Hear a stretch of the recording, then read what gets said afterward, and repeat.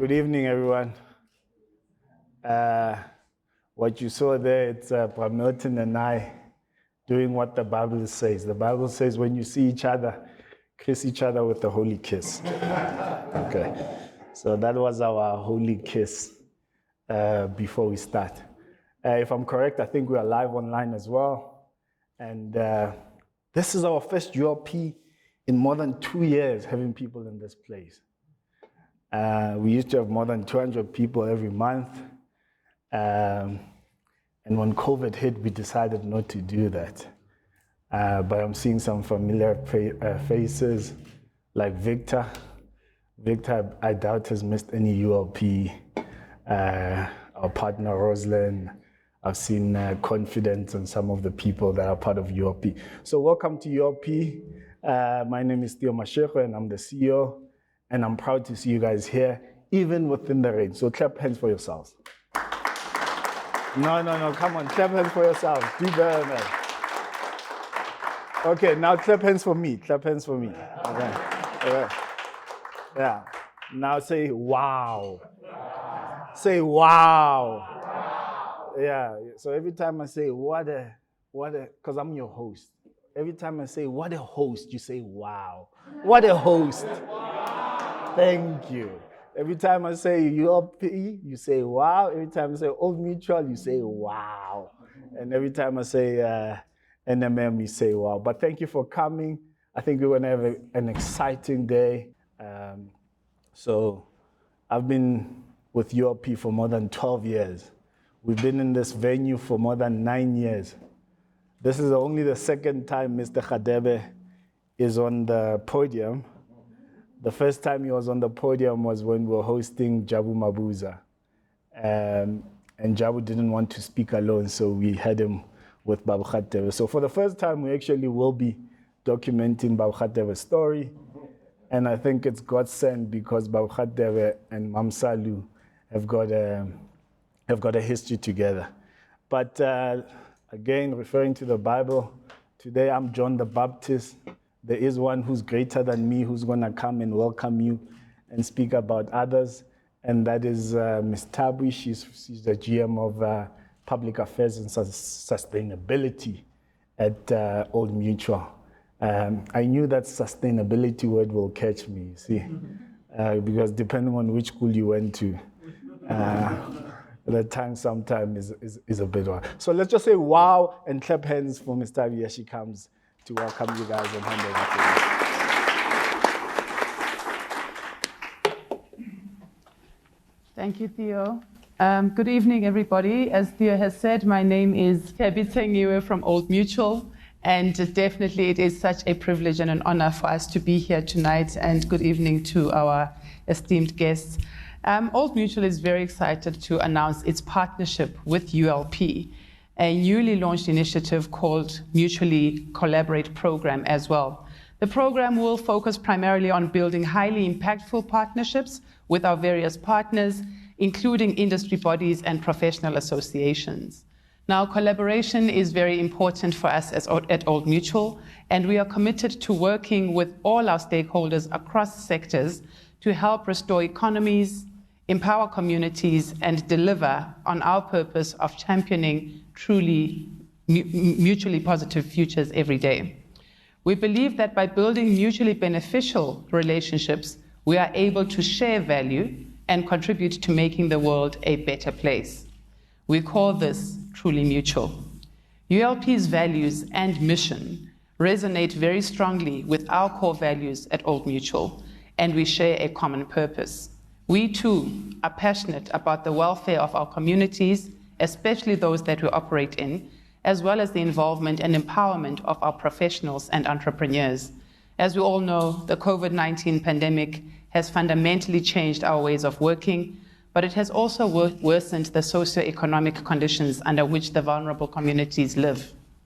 The pandemic has also underlined the major social issues cannot be tackled alone, emphasizing the importance of relationships and strategic partnerships to reduce poverty, inequality, unemployment, and many other issues that the majority of us grapple with on a day-to-day basis.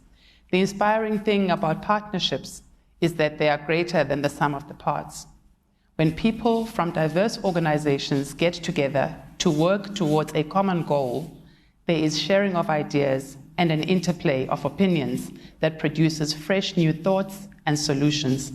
Our partnership with the ULP is going to do just that.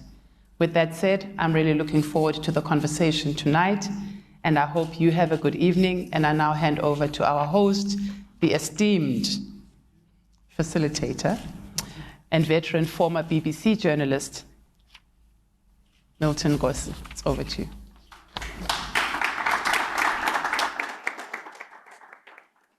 Thank you so much, Tabe. It's good to see you.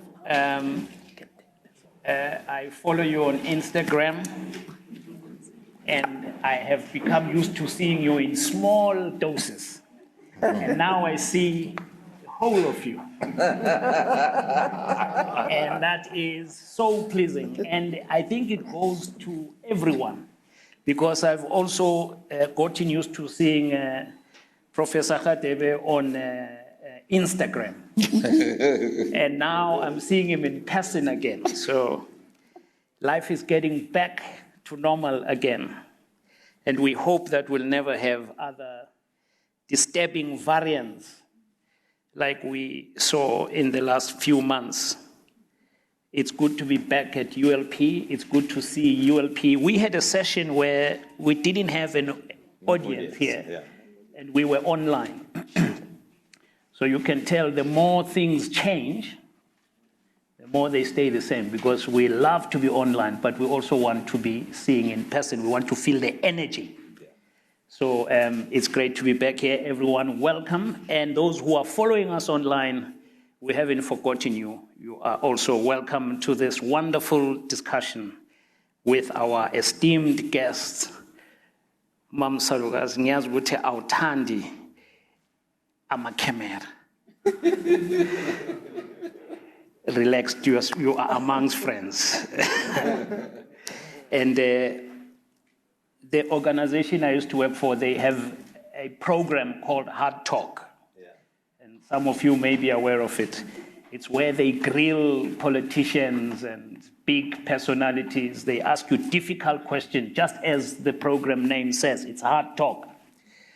And I always try to put people I talk to at ease, Mamsalu, and I tell them this is not Hard Talk. Yeah. We are just having a conversation. So welcome. It's great to be with you today. Thank you. And Prof, always good to be with you. You are looking fine. Looks like Wits Business School is looking after you well. Thank you. It felt like you were sent to the gallows when you started, but a year has passed. Amazing. And you are doing great things. We are proud and we are delighted that you're with us. Now, I want to introduce you just a little bit. I know you get incredibly embarrassed by your amazing achievements, but this is the moment that we should put them on record. Mamsalu is the CEO of Nozala Investments, a leading investment company with interests ranging from hospitals and education to construction materials and telecoms. She co-founded Nozala Investments in 1996. Where were you? Previous influential posts she has held include the following: Senior Investment Officer, Lesotho National Development Corporation, Country Program Officer, and later Principal Corporation Officer, African Development Bank, Abidjan, Cote d'Ivoire, Senior Manager, Structured Finance Division, First Corp Merchant Bank, Assistant General Manager, BOE Specialized Finance. Mamsalu is a non-executive director of some of Nozala's investee companies, including Extra, Enviroserve Holdings Limited, Woodlands Dairy Pty Ltd, Afripac, Tsibo Outsourcing Group, Synergy Freight International, and Natal Rubber Compounders. She's also a director at MultiChoice South Africa Holdings. Mamsalu holds a BA Economics and Stats from the degree from the National University of Lesotho and a Master's in Development Economics from Williams College in Massachusetts, USA. Am I correct, Mamsalu? Am I misrepresenting you? It is so good that we are here together. And I want to ask you, my first question is, why did you start Nozala? Everything was fine. And then...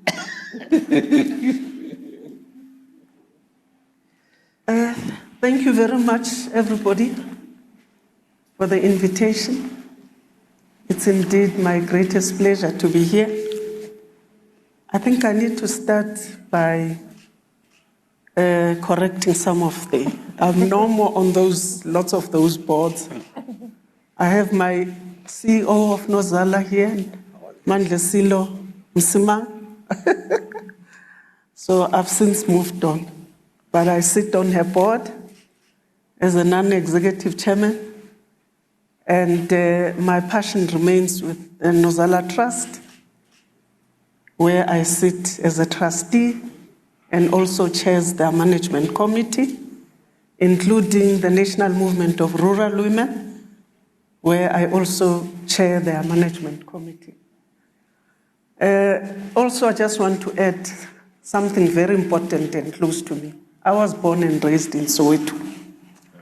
I'm a girl from Soweto, Orlando East, Mufutsanyana Street. So it's very, very important for me to always remember my roots, where I come from, because I always believe I'm who I am today because of Soweto and those mothers that were our neighbors in Soweto.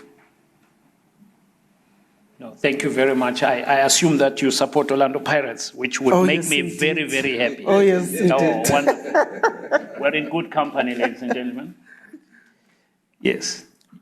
So let me also acknowledge Jean Ngubani. She actually was the person that conceived the concept.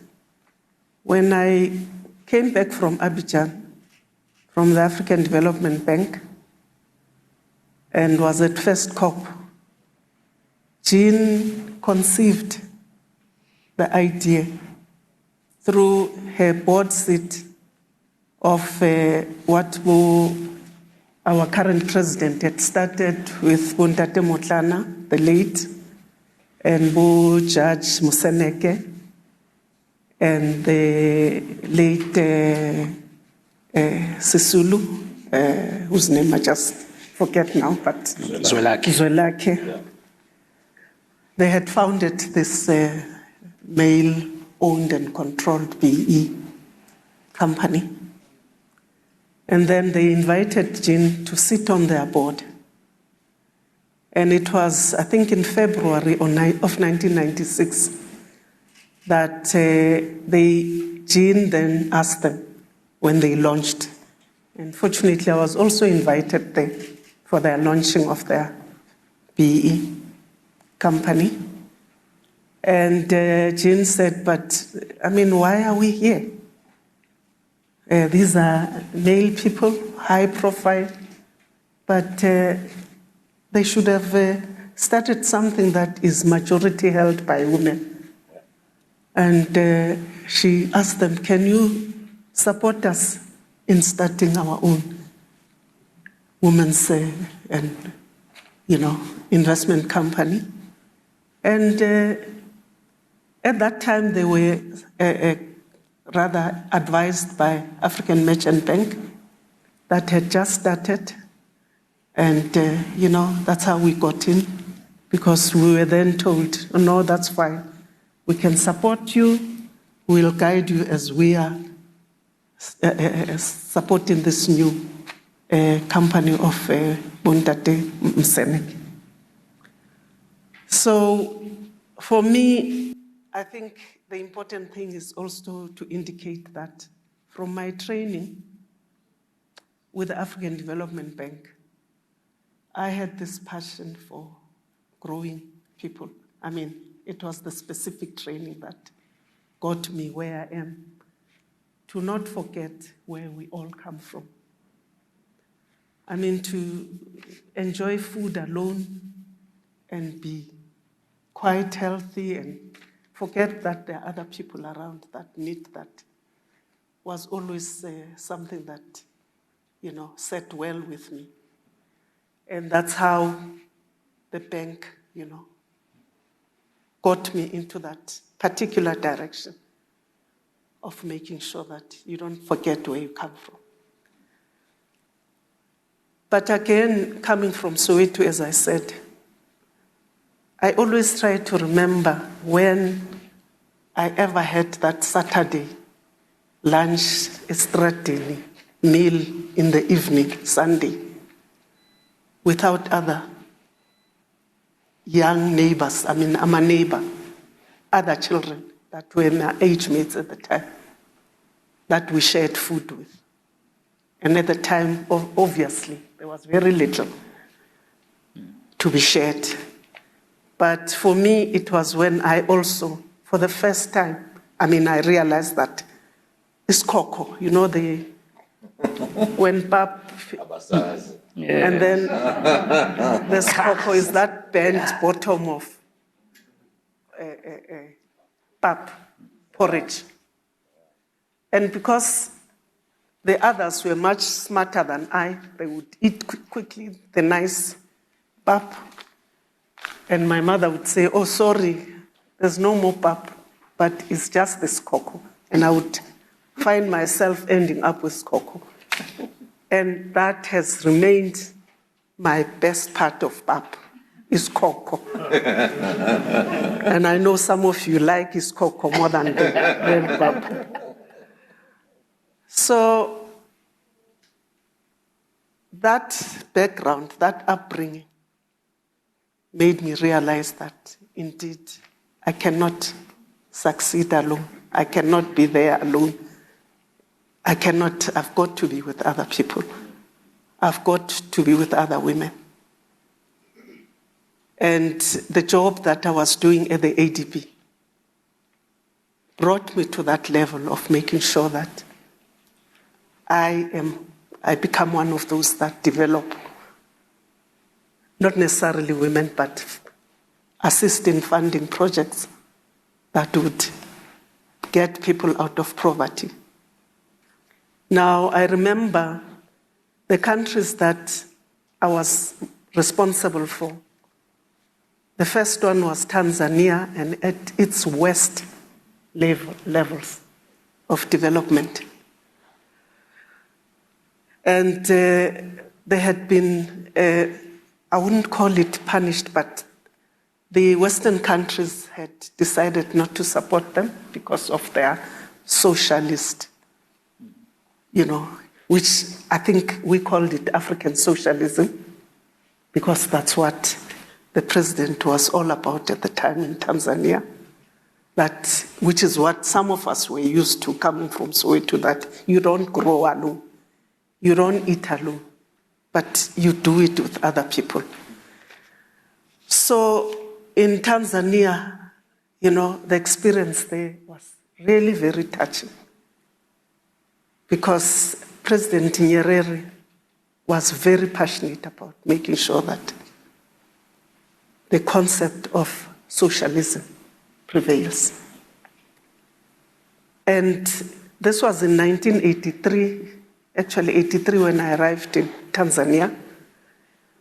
I was called a young professional by the African Development Bank and being trained. And let me put it in our language that you'll understand. Ngupapa. For me, it was very important because I came from South Africa and also having been in Lesotho, where the whole thing was about making sure that apartheid goes and we. So we were all passionate about changing things in our economy, making sure that this President Nyerere's socialism becomes real. And to the extent that reading about and using Tanzania as one of those examples was so important to me. And when, with the African Development Bank, nobody wanted to go to Tanzania because there you'd have to carry toilet paper. You may not get water to wash yourself with when you get, it was terrible. But for me, that's what I enjoyed, because I guess I was used to the life in Soweto, and I wanted to experience it. And my bosses at the bank couldn't believe that. Indeed, I want to go there. So it was, now that I think back, I say, how did I survive? Because, but I did. It was very interesting. And I could experience what they called at the time Ujama villages. What I was talking about, doing things together, growing together, and succeeding together. That his concept was about developing together. So I think from that background, it got into me that I don't think one can say I'm successful, I'm proud, when other people around you are not where you are, particularly in terms of the hunger, not having means of survival, and not being empowered or supported to grow themselves and become better. Students not being supported to get better education. So this is what Nyerere was all about. Free education with the universities and people being really supported to grow their businesses, start their business, grow their wealth, develop themselves without becoming these begging bowls. I think for me it was fundamentally important that there's no begging bowl. There's no person that can be,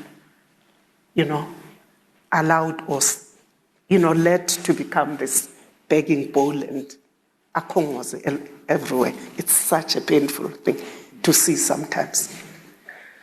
So when then I came back home, and there was this opportunity, I was asked by Jean, together with those people that were supporting him at the time, that they should ask me to chair this thing. I don't know why, but they then approached me, can you become the chair of Nozana? So I had to ask my bosses. At the time, Brian Kennedy, I'm sure you know Brian. Brian Kennedy was the vice president of First Corp Merchant Bank at the time, responsible for structured finance. So when I arrived there, it was also to say, for me, it's got to be, advancing the things that I thought needed to be done for our country, for our continent. So when I presented my credentials, I wouldn't call it you become cheeky or you become, but I wanted to make sure that I articulate very clearly how I would play the role of an employee or an official or a senior person in this, I needed to be listened to as well and to be understood how I want to be supportive to First Corp Merchant Bank, for instance.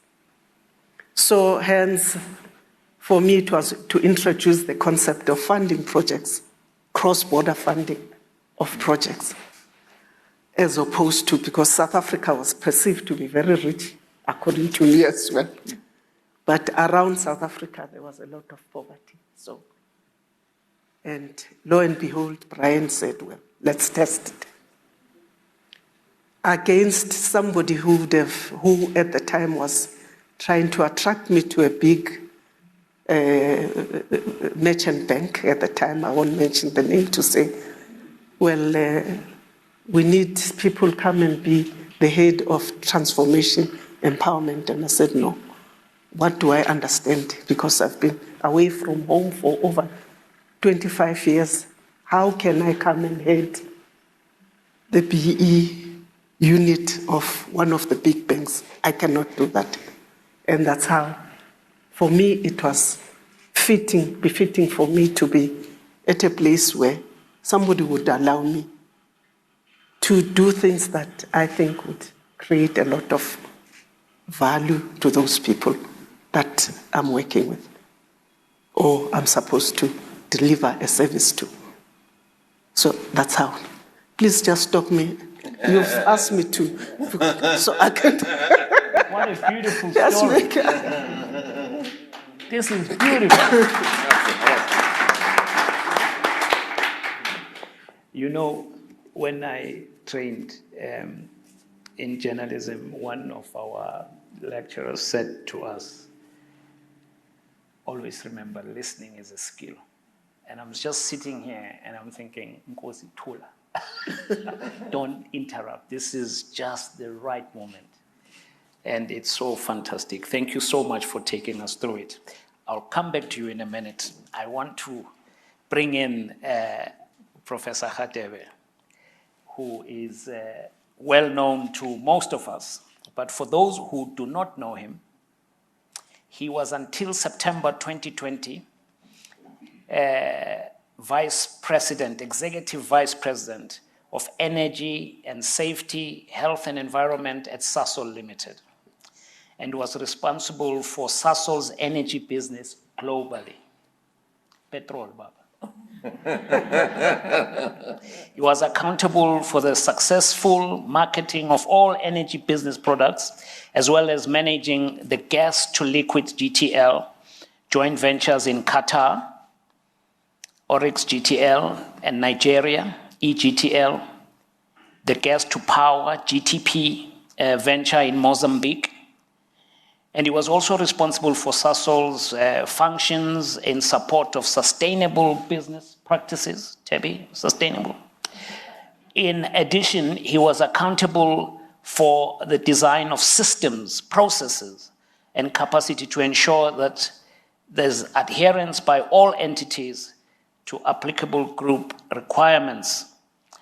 Morris joined Sasol Oil, now part of energy business, in January 2004, when Sasol Oil purchased Excel Petroleum.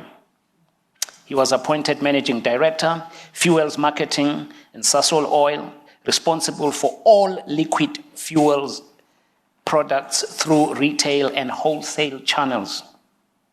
He served as managing director of Sasol Oil from December 2006 to October 2010. He was appointed to Sasol's Group Executive Committee in November 2010 and was responsible for global corporate affairs, government relations, and enterprise development. He obtained a Bachelor of Science degree, Applied Mathematics and Physics, work with me, from the University of the North, now known as University of Limpopo. In 1991, he attended the Management Advancement Program, MAP, at Wits Business School, and in 1997 obtained a Master's in Business Administration from the same business school. He also attended the General Management Program at Harvard School in Boston in the United States. He was appointed as executive in residence at Wits Business School January 2013, and since then has worked with various heads of schools to provide tangible business experience to the learning environment with emphasis on energy industry. Morris is deeply committed to socio-economic transformation of South Africa and the role that education can play in achieving it. He's also passionate about leadership and gender equality and invests his own time and resources in mentoring and supporting young people. He was appointed director and head of Wits Business School in January 2021.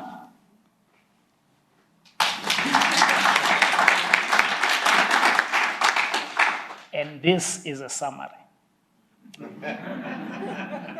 How did you meet Mamsalo? Wow.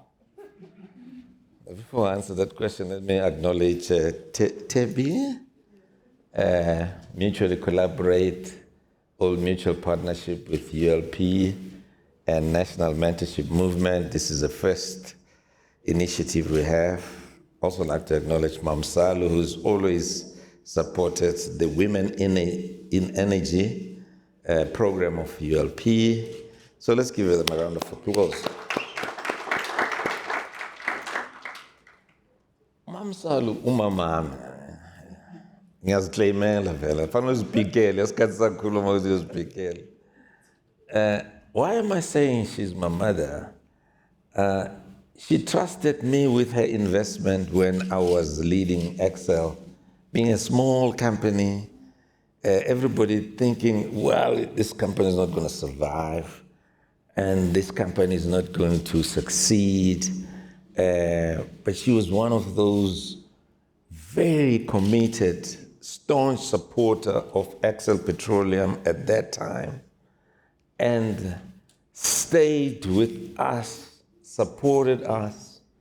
When we did a deal of merging with Sasol Oil, she asked me, is my investment safe in Sasol Oil? And I said, Mama, come with me. Because you know when you've got your mom close to you, you feel comfortable. So she came in the Nozala, kept their investment in Sasol Oil, and we built Sasol Oil together.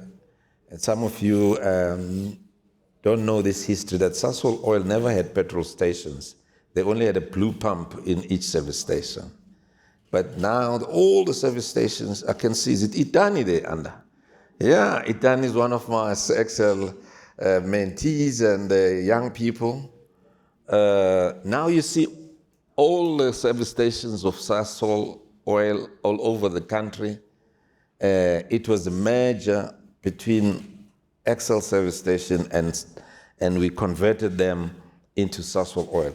Again, she's been committed as a shareholder. What she didn't mention in her CV is that she serves on the board of Sasol Oil. So while she was my shareholder and my boss, but she also was a board member, a very committed board member of Sasol Oil. Together we've been there. I've been the chairman of Sasol Oil for almost 12 years. And we left together when I retired, and she also took a step down. So handed over to Mandla. And so I know Mam Salu's heart of developing young people, giving them a chance. Before I could even ask, she saw a talent in my daughter, Palisa, I'm in Simpiwe. See, when you're getting old, this is Palisa. Simpiwe, and took a chance on her. Literally, straight from school, no experience, nothing. And she gave a chance to run a company secretariat unit of the Nozala, and she grew. And now she's a candidate attorney, still supporting Nozala. And for that, I'm grateful, Mom. She's not done it for her. Let's give her a round of applause. She's not done it for my daughter only. She's done millions of, hundreds of thousands of young people, gave her a chance. That's why I'm so close to her. And one thing I really want to do, Mom, and I want to say it in public here because I want it to be recorded, is that the legacy of an institution that you've built, called Nozala, a women-owned, women-managed institution, survived through the turbulence of market volatility, survived COVID, when all the investment companies that started during the time when it was fashionable to form an investment company, and it became so sustainable. This generation, Boman, Musimpiwe and all the others, must build this institution and take the baton from you and make it the biggest women-owned, women-controlled, women-driven investment company in the world. Do you believe that? And I'm going to be there to support them.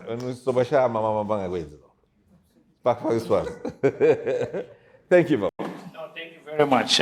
What a lovely opening. That was brilliant, very educational. I hope those who are online are taking notes. Mamsalo, I wanted to ask about, you told the story of how everything began and the history. How did you overcome the challenges? Because we know we can sit here and it sounds so lovely and so lofty, but these things are never easy. How did you navigate all those obstacles that you were coming across as you were building? Can I just start by saying something to correct what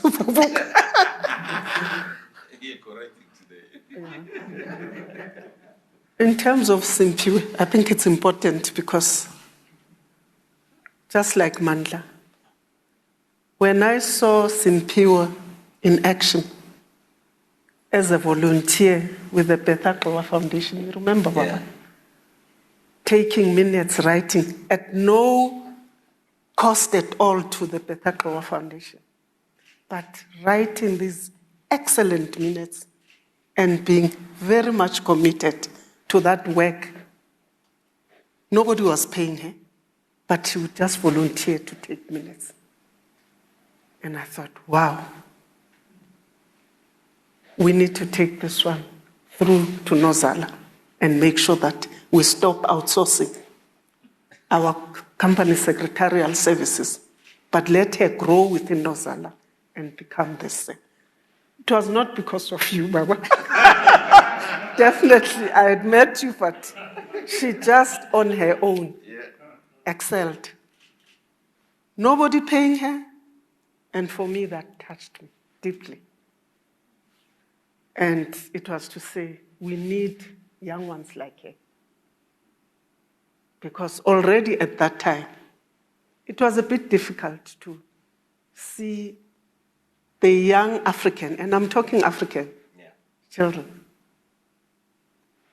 realizing their importance, making sure that they don't sit there and wait for their parents to, but they go out to express themselves fully in terms of what they can do and grow and develop themselves.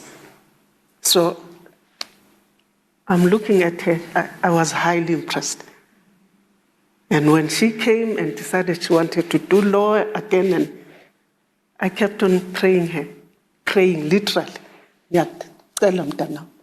Please come back to Nozala. Don't, after you get your LLB, whatever, accreditation, I don't know what it's called, but admission, please come back. Because that Nozala with the Mandlas, that age group, the young ones, should be the ones that take Nozala to the highest levels. Tina, we are just, how can I call us? We came after the transformation process. We did not come with creative minds. We are, beneficiaries of transformation. BE transformation. So these young ones come with that creative spirit of making sure that they do things correctly and for themselves. They don't depend on BE. They are educated. All they need is to be given the opportunity to express themselves. And with the country, our country where it is, we are part of the global economy.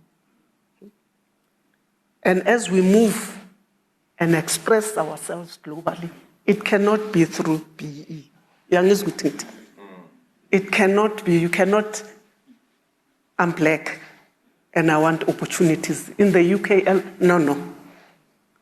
You've got to play the role properly and express yourself and market what you are doing properly. Beautiful. Now, let me come in there. Okay. I want you to talk to us about Nozala Trust, which I know is your first love in the investments that you have. But before then, I just want you to give us an overview of the strategy that you use to overcome, so that those who are watching, the Simpiwes of today, the Mandlas of today, they can just learn on how you navigated those difficult terrains. First of all, and this was, I think, when I was at the African Development Bank. You come to this very strange country. You've got to speak a language. Fortunately, I had studied French, but I had no spoken French experience with me.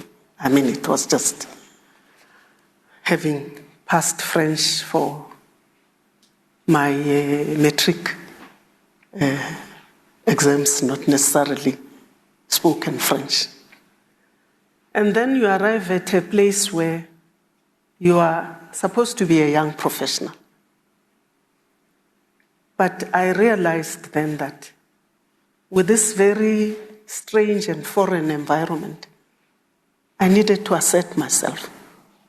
I needed to make sure that I fully express myself and do the things that I'm here for, not to be told that, okay, Tanzania is a difficult country, you won't be able to go, you can't, anyway, you can't do this because it's, you are very young. Yes, indeed, I'm a young professional, but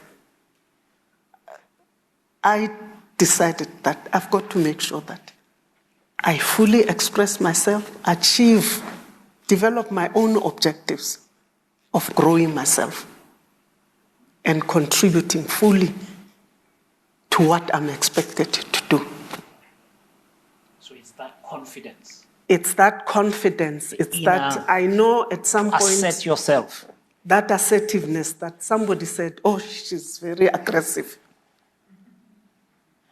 And I would say, but what do these people mean when they say I'm aggressive?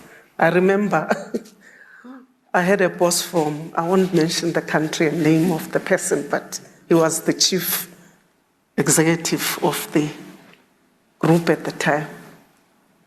And then, I would actually tell him, no. Yes, you say I can be part of this team going to France for this meeting with the World Bank, and then I can wait to hear from others how I can. I said, no. Please, can I also contribute? Can you give me a chance also to be part of this thing and say exactly what I think contribute towards the drafting of the speeches, because at that point it was to discuss Tanzania and support Tanzania to now get to be funded by these countries that had put them under very strict and terrible sanctions. I need to be part of this. I need to contribute and not sit and wait for the others. And he did not like it. He just did not like it. To the extent that when we went to that meeting the first morning, for some reason he delayed coming. I was there ahead of him, and he found me having been put on the front line by the Minister of Finance at the time of Tanzania, because we are pap, whether they thought I was papping or whatever. But they saw me as this young one who really wanted to contribute something and make a change. So this for me is what I think we should be encouraging our young ones to do. You are educated, you've been given the skills, even if you're not educated. But where you sit, you're proactive, you're thinking through issues and being proactive and being supportive to activities that bring about change in you. You can't sit and say, oh, I have a mother, there's no food. Think about something that you can do to contribute and not give excuses, of not you, oh, ngimncane, ayangkhoni. So you need to be assertive. You need to be assertive. That's a good one. Pungan, you told us about how you merge Excel and Sasol and create these partnerships.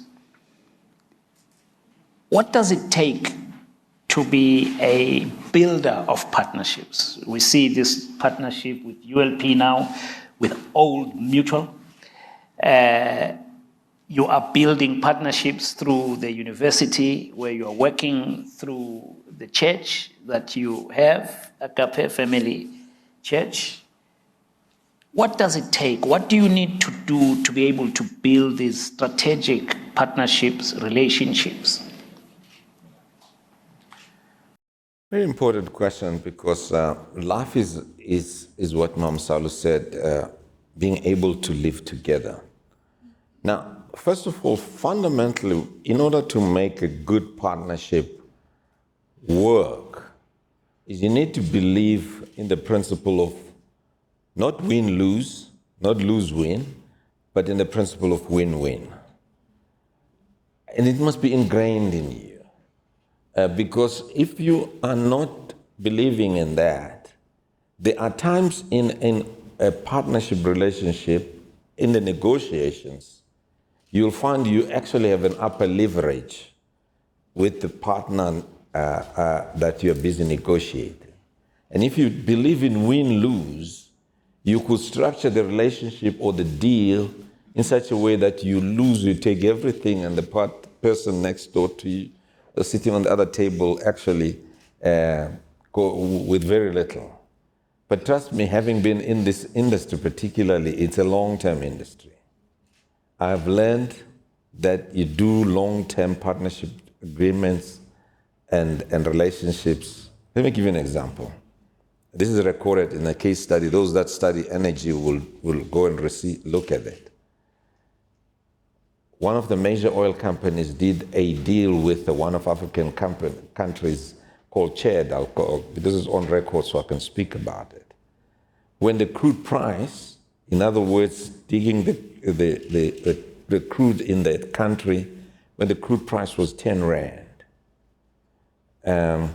which means at that time, it was a good deal for the country. But obviously, the major oil company knows that the crude price goes up, but didn't build a formula which says if it goes up, the country can also benefit when it goes up. It fixed it. Now, today, if you check, the crude price is 90. So who's making money? And the other country. Now, what happened in that? Short term, long money. But the same executives that were negotiating for this major oil company came to a time where they retire. And when they retire, the hosting country employed them as consultants. And then they said, we know this contract, we drafted this contract.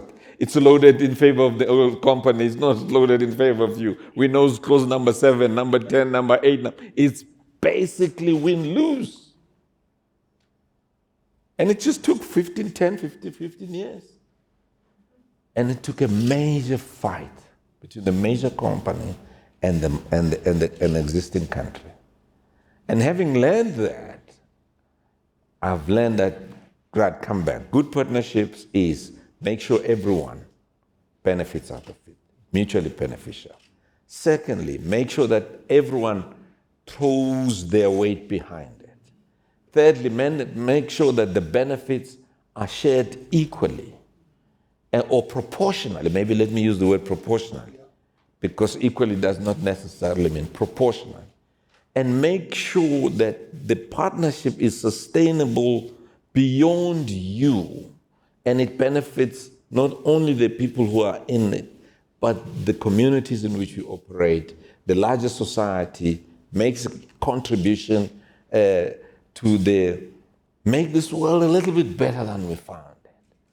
And so it has to have all elements of sustainability. And if it doesn't, it's going to crash, I can promise you. And so we have tried our level best, and that's why this latest partnership, when Old Mutual used the word mutually collaborate, it resonated with us, with National Mentorship Movement, and because it's got that element of partnership. Partnership with Nozala has been mutually beneficial.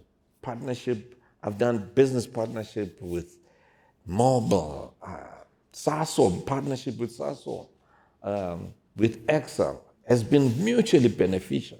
That's why it's such a successful deal even today. I've done a whole range of partnerships because what drives me when you're doing a partnership is both of us must win.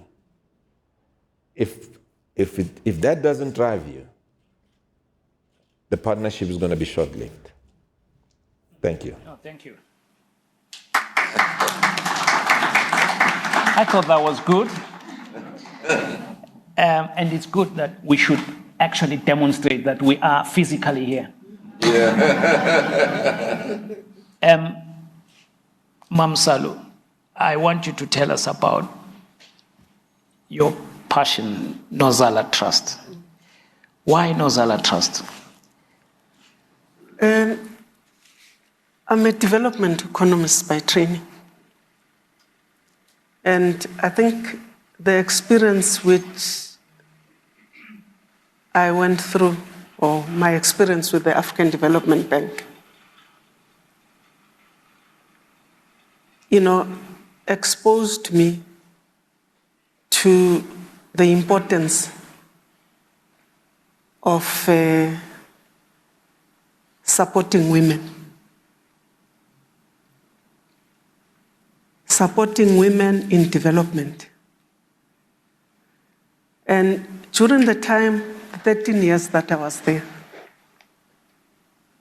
the World Bank decided that for those countries that owed them lots of monies that had to be sanctioned, they would then have women supported as opposed to being part of the sanctioned parts of the countries.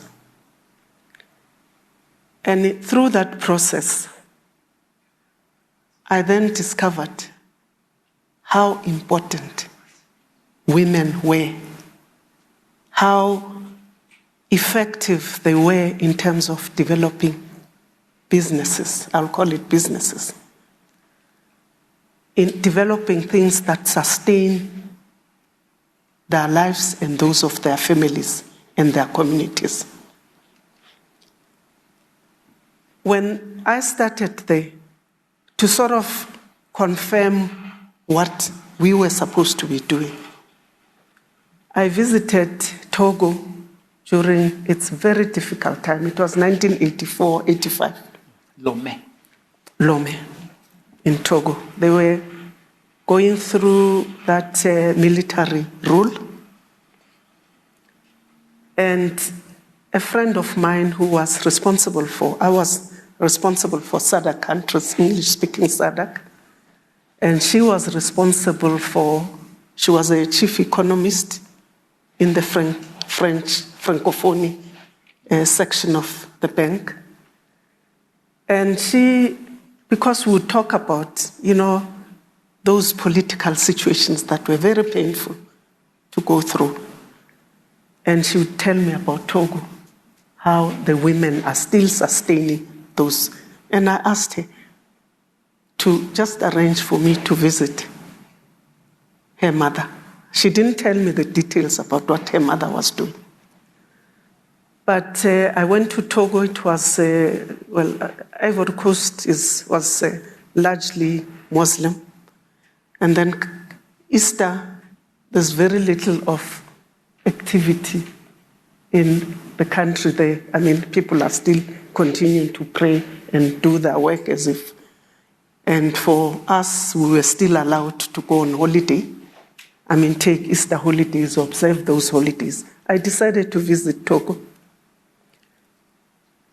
And I was met at the airport by her mother. She couldn't speak French. It was her vernacular, the Togolese language that. She meets me with her driver, and I had never seen a Mercedes Benz that was that big, that she owned. Like,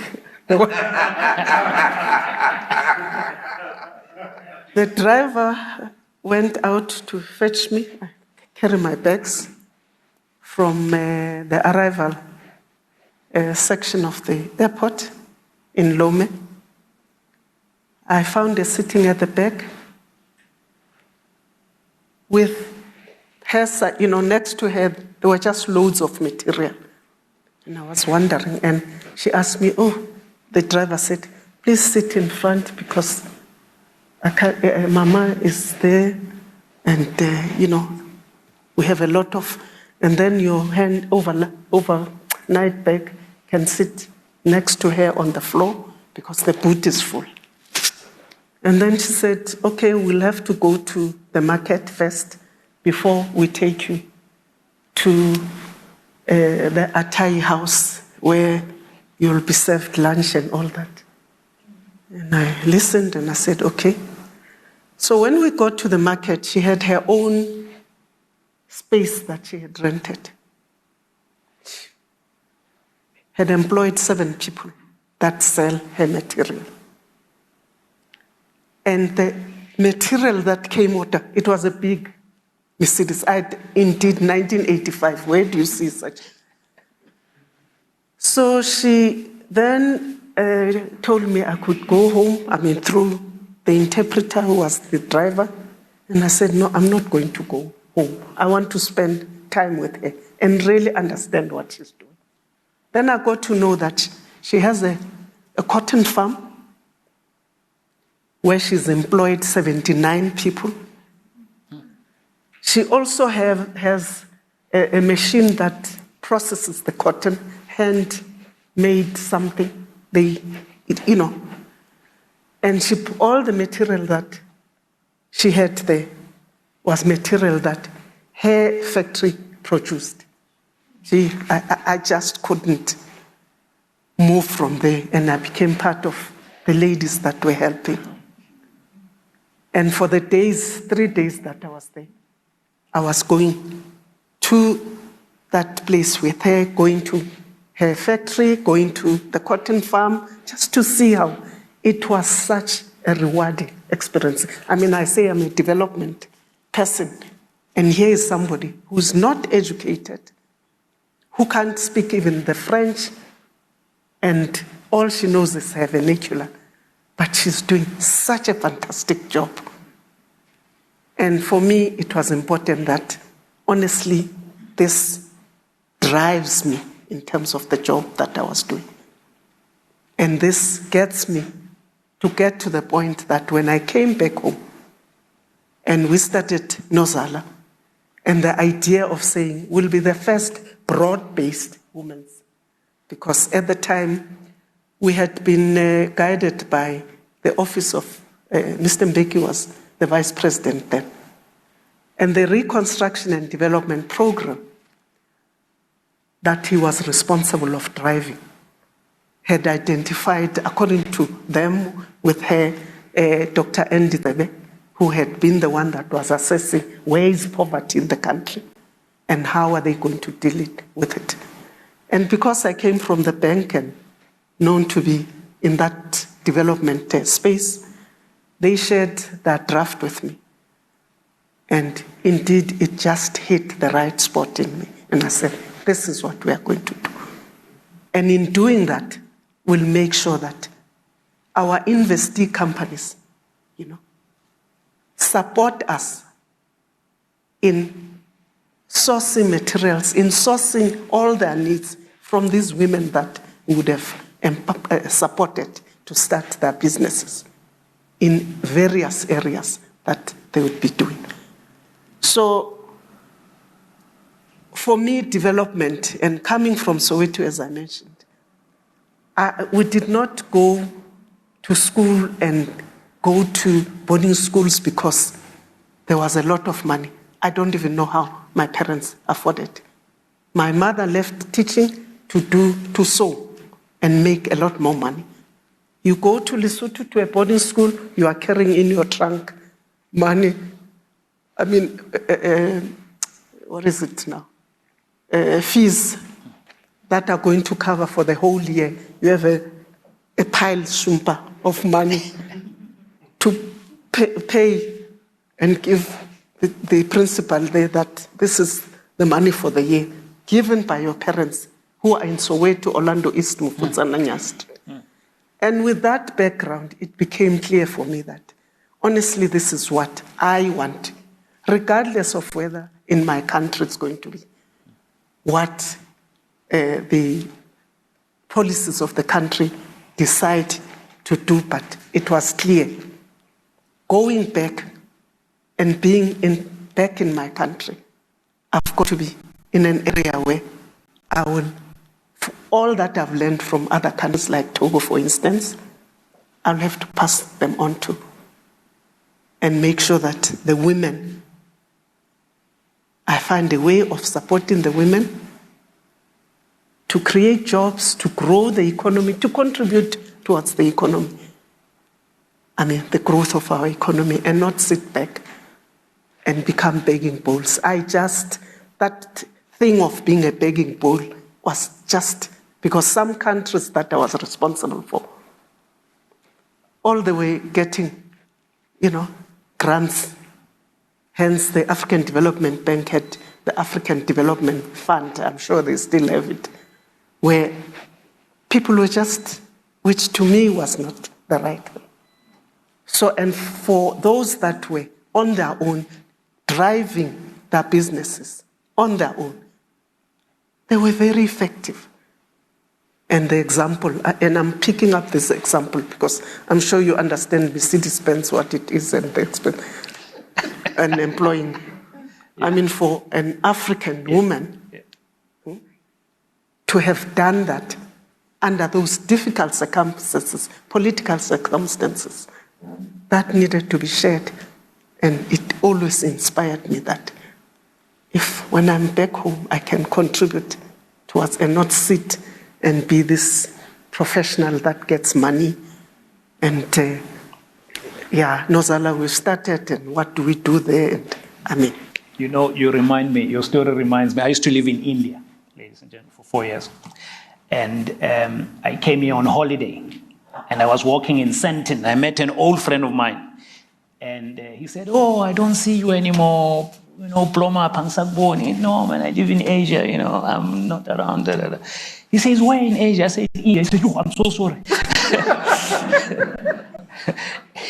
And I had a driver in India, he was sorry. So you have a situation, when you go to Togo, the surprise, where you think, it's quite a very interesting educational moment there. Thank you very much for that story. I love stories, by the way, so keep them coming. We have some questions which we've been asked by Old Mutual to put to you. So I'll fire one straight to you. It's about financial education. So maybe the answers in sound bites, please, if you can.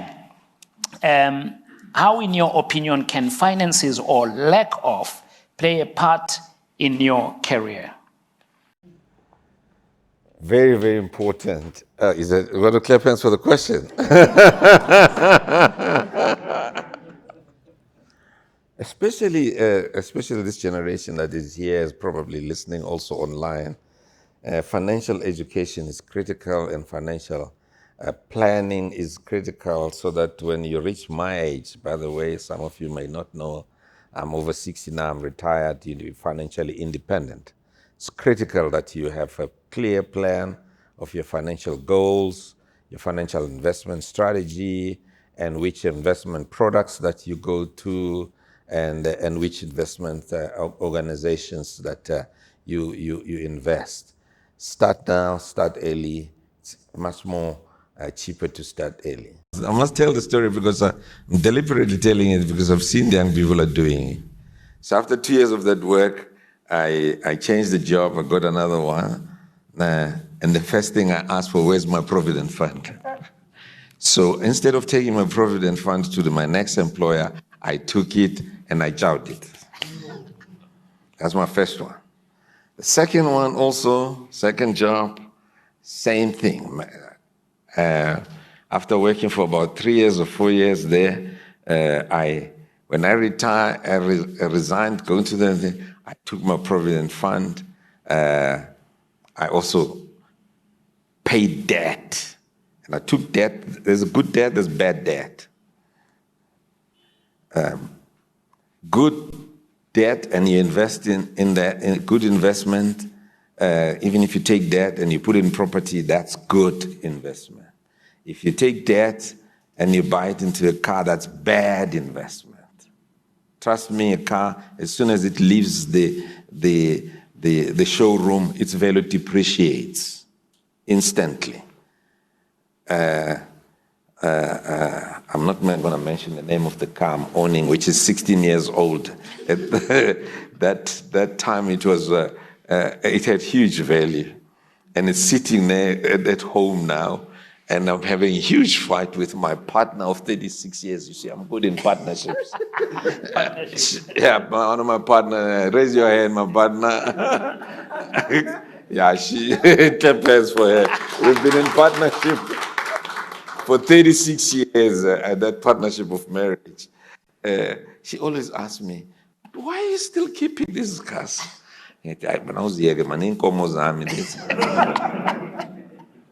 But the value of this is completely diminished. Trust me. So be very careful.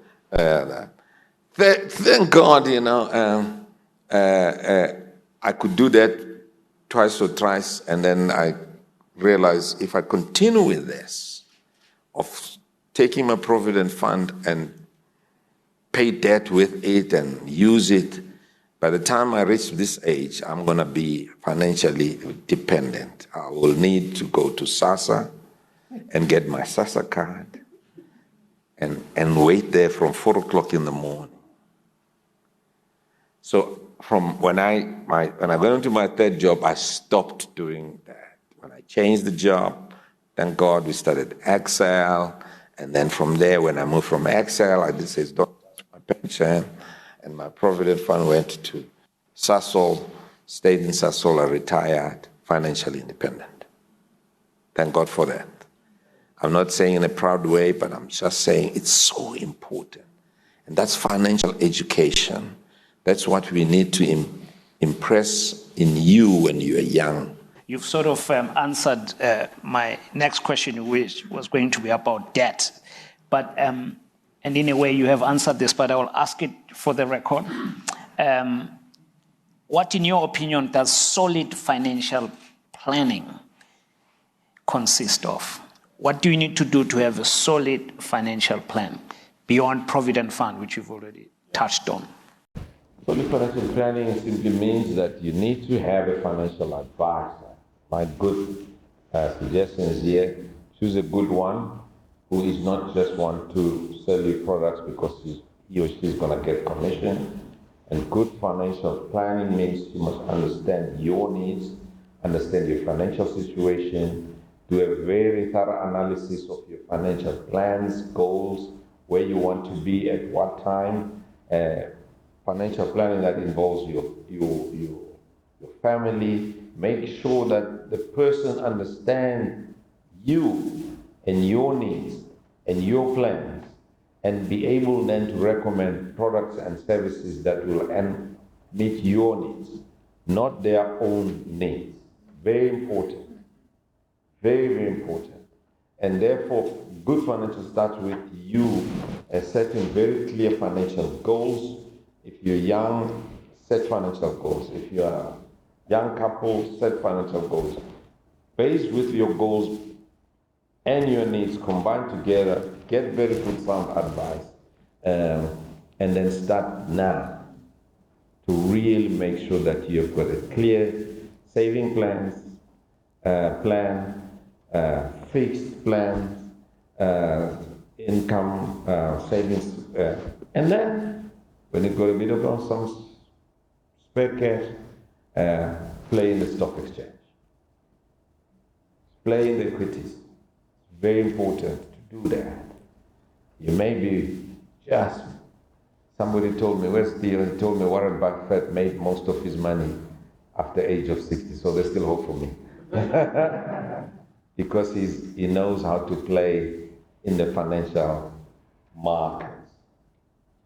And he invests well, and he knows how to pick up the bargains, and then he's a long player, and then those investments he bought 5-10 years ago has tripled, quadrupled, even sometimes 1,000 times return. And that is why he's one of the richest men on earth. So that's why. Oh, that's good, thank you. So I did a little digging around you. You know me, I like sniffing around. So I asked for some anecdotes, and I found some very interesting one. That in 2018, you took the Nozala staff to Namibia. And amongst them, there were some who had never traveled outside South Africa. And today, because we asked them for those thoughts, they are eternally grateful.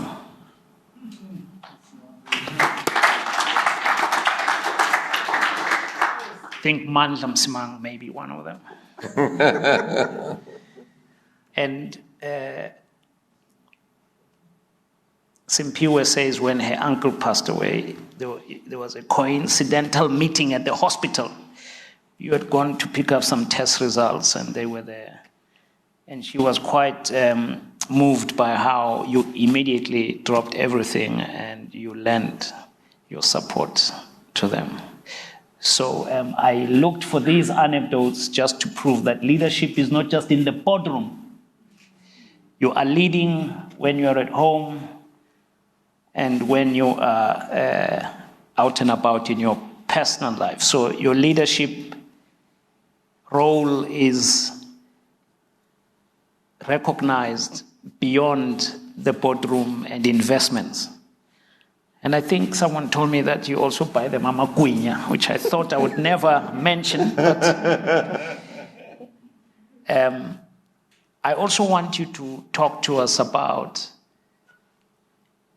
what the women that you are supporting in the trust are doing. What are they achieving? You told us about a lady from Lome in Togo.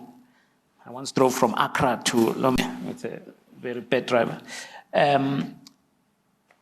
What are they doing? What's their material? What's their stall at the market? I think the one that I really have become very, very proud of are the women that are making bricks and brick making.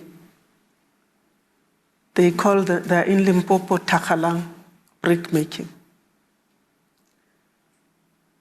When this was in 1999, I think 2000, when they said they want to start making bricks. And fortunately for me, at that time, when we started, the World Bank supported us with the capacity building concept for these projects. And they had a Dr. Jack Fremy, the late, who just became interested in working with us. And from her experience in the continent, in Central and West Africa, she wanted to also, I think, have being married to a South African, or having been married to a South African, wanted to, and it was after apartheid was removed, and he wanted to contribute something to the community. And Jack went with me to that first meeting when we met them and they said they want to make bricks. And the chief there had given them land. And what was very interesting was when they were on that piece of land, they kept on asking, and I was trying to lean onto, it was an open, trying to lean on something that I thought was possibly just a stone or something, and they would come and say, no, no, no. No, don't sit there, don't. And finally I asked them, what is this? Why are you? Because it's hot. And they said, no, that thing there comes from Norway. And when we said we wanted to make bricks, through our community leader, who was Khomape, she then got these people to come, and they never asked us any question. And that was a brick-making machine. And because this thing belongs to those people then, we are going to leave it like that, because they never consulted us, they never said anything to us about how we want to go about our work and what kind of machine we would like. So that thing, when they come back, they'll find it sitting there.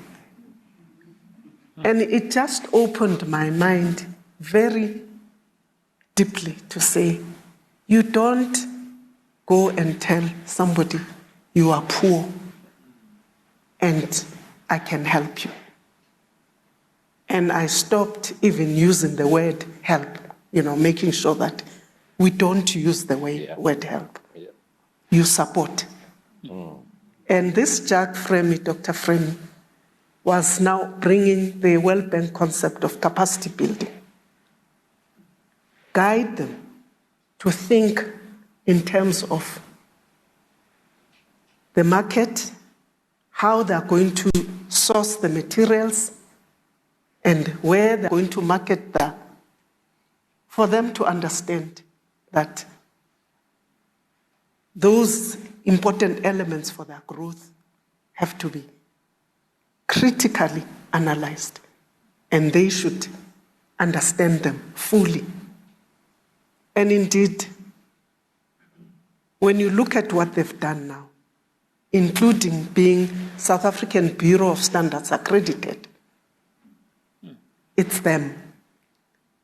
The only thing, when I went about a month ago, they've become old, but the community allowed. You see something in that particular area because everybody buys bricks from them to improve their homes.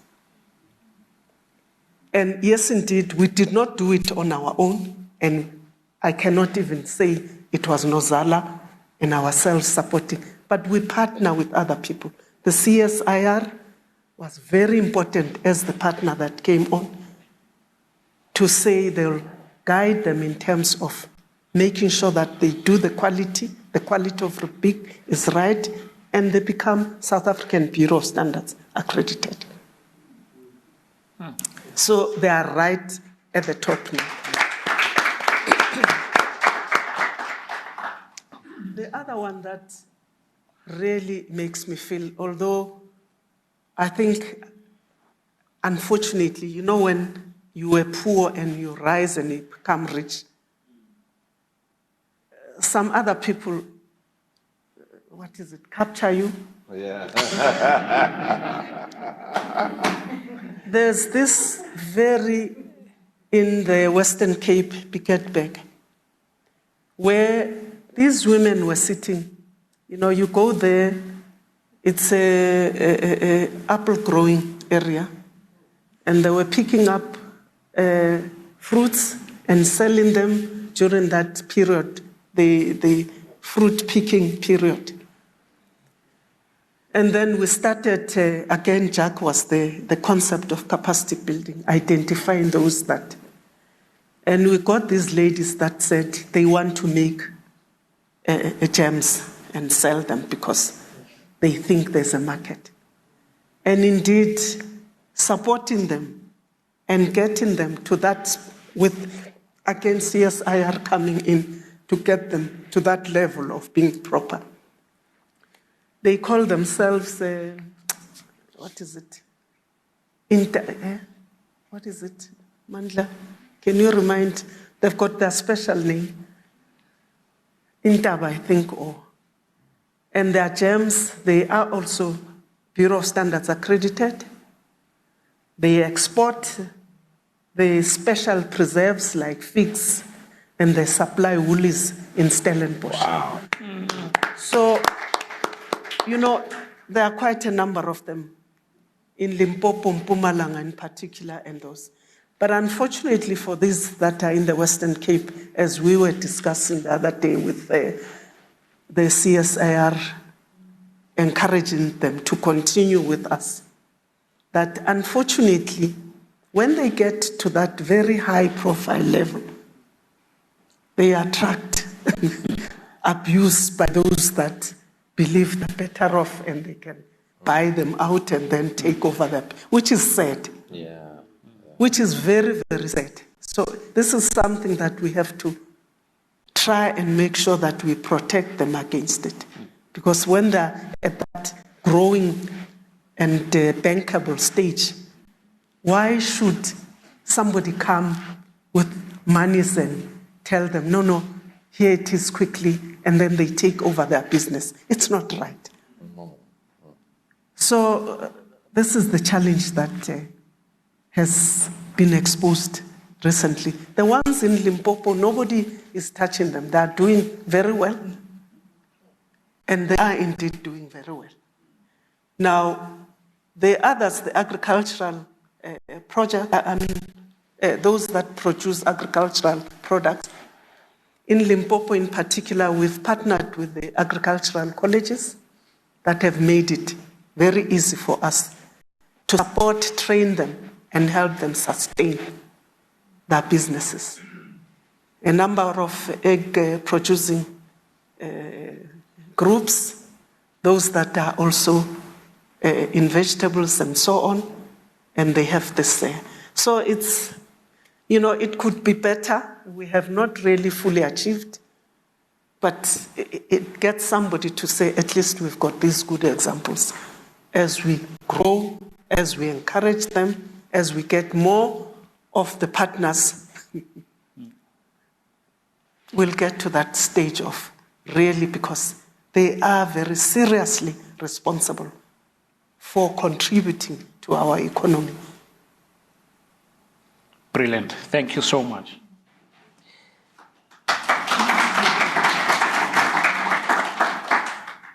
We now move to, we're opening the floor for questions, so think about what you want to ask. If you want to make a statement, please keep it tight and short and sweet. I already have 2 questions from our people who are following us online. One is from Spencer Mota. He's asking you, Pungani, what about crypto? Crypto? Yes, and then there's a second one. So this one is from Khomotso Rampele. Did Mesalu and Tate Morris always have a clear career vision? If so, how early in their career journey? Or did they design as they went along? I'm inspired by both leaders. Thank you. Where's Theo? Yes, Theo. Was it you who told me that Warren Buffett said to his team, if you play in the crypto game, you're not allowed at Warren Buffett. You should be out of the place. Look, I need to be careful here. Crypto is a technology linked to blockchain, and you never write off technology, by the way. Be very careful of it. And you never say never with technology. And with all the skepticism that it is starting to drive, and it is actually, I was actually surprised. I mean, watching your former employer, BBC, they've got these very good documentaries, and in Kazakhstan, there is a massive, I think it's about 3 or 4 rugby fields of crypto mining, they call it mining dams, where you mine this thing. And I'll look at it and I say, oh. But if you ask me, I'm not playing. I'm not playing Bitcoin. I'm still watching cautiously. I'm probably a conservative person, and I'm watching it. I want to see exactly where it's going. And so I'm not critical of it, but personally, I'm still extremely cautious. And I'm not playing in it. I invest in, maybe it's because of my background. I'm an energy guy, you know. I want to invest in something where I can, we call it kick the tires, you know. Something that I can touch and feel, something that I can see, which has got net asset value, something I can see the jockey behind it, and I can hold him accountable, and I can see the strategy, I can see the market, and I can see, and I tend to invest in businesses that I know. Hey, crypto is one that I don't know who is responsible for it. It's everyone somewhere is mining, you know. And there was a presentation here at one of our programs called MMI, and I tried to listen very carefully. I said, no, this is not for me. Maybe it's for Palisa. It's for the youngsters. Because I just don't know who is responsible here, who I can hold accountable. So, yeah, my answer is, hey, guys, look very carefully. Tread carefully. Tread carefully. Because you tread on my dreams. William Butler Yeats. Career. At what point did you always have a clear vision about your career path? Yeah, it's actually quite difficult. You know, the blessing of living a long life is that you can look back. At 40 years ago, I was a 20-year-old, and you look at the way you've navigated, you look at the journey, and you wonder, actually, was I smart? And you realize, no, I was not smart here. Was I intelligent here? Did I plan it? And now. But there's something that are critical in success. First of all, there is no substitute for hard work. Let me repeat again. There is no substitute for hard work. So all I know is that whatever an opportunity that was given or it presented itself, I grabbed it with all my hands and I worked hard. And through it, it opened another door.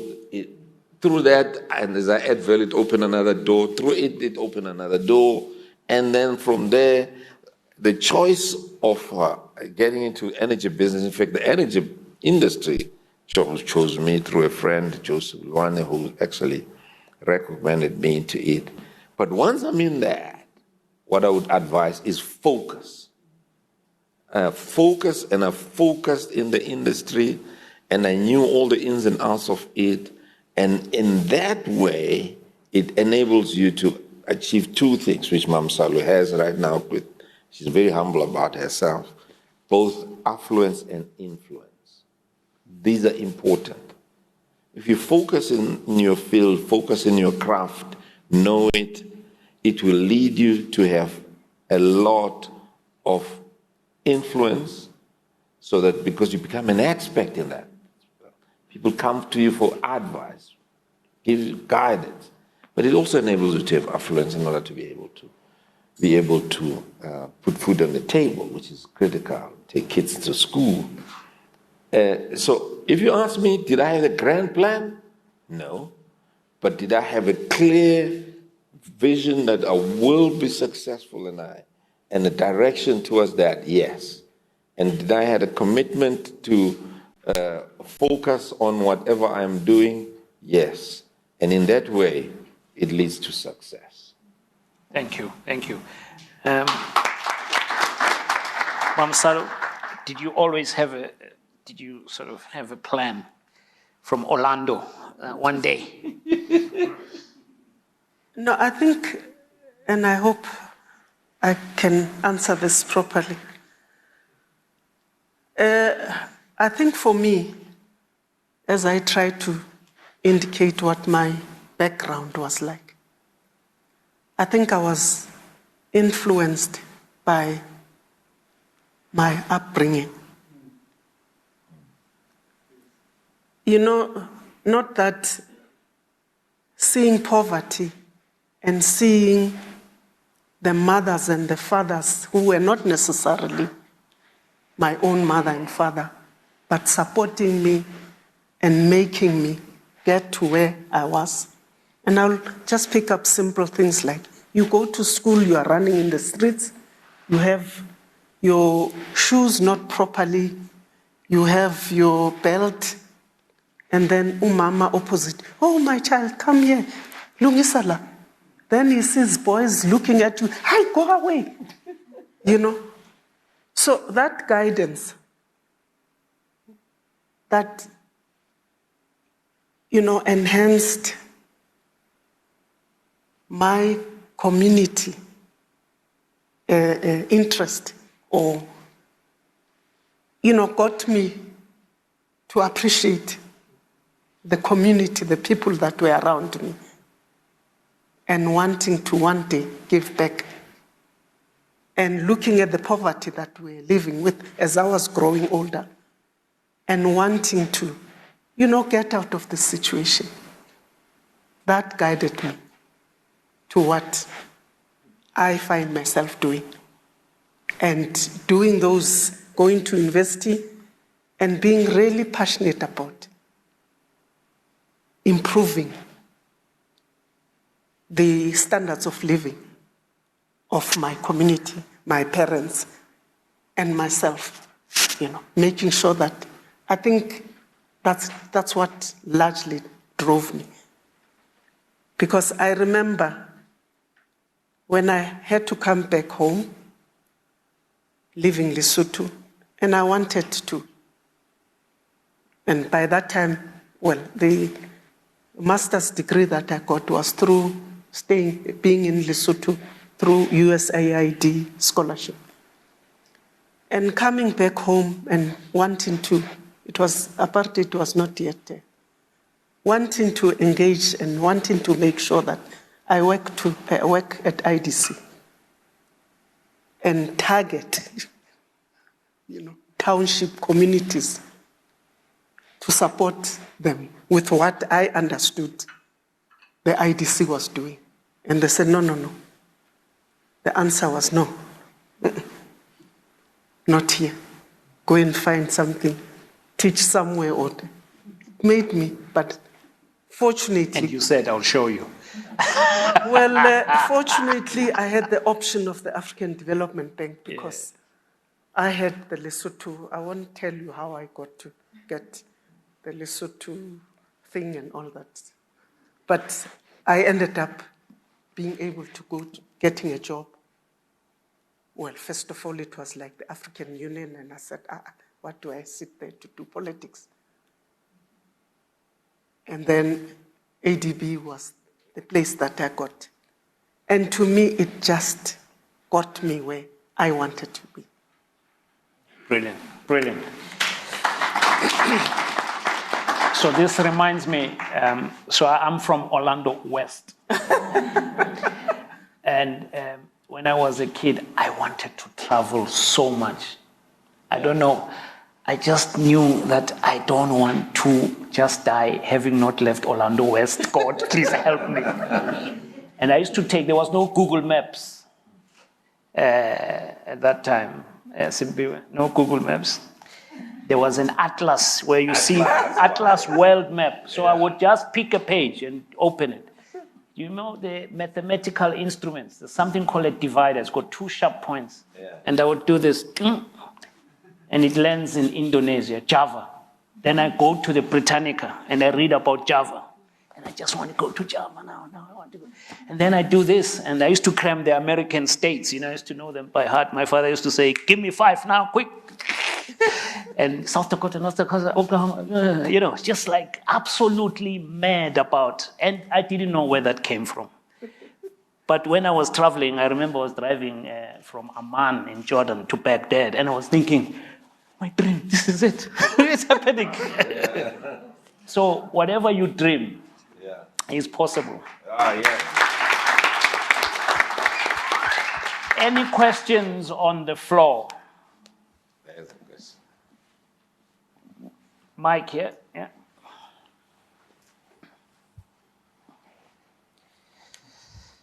Good evening, everyone. I'm the Simpiwe that's been mentioned multiple times this evening. Mam Sali, thank you so much for seeing something in me and to empower, which is something that you do without effort. You empower women. It is your driving motive. And especially for the vote of confidence that you, and the huge endorsements that you've given me this evening. Thank you for that. So my father, Baba Khatebe, has spoken about partnerships. And I know that Nozala has had significant partnerships with likely and unlikely partners over the years. So I also want you to comment and say, and tell us, how do you navigate difficult partnerships? And also, how do you nurture partnerships that are value-adding, the way that Nozala and National Movement of Rural Women have grown together? I don't know if you guys know, but National Movement of Rural Women is a major shareholder of Exaro, with the MD currently sitting on the board of Exaro with the Nozala CEO as well.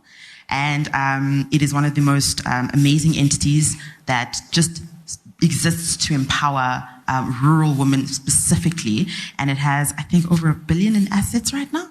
So, Mamsali, how do you navigate nurturing such partnerships, but also dealing with the not so great partnerships? I won't mention the names.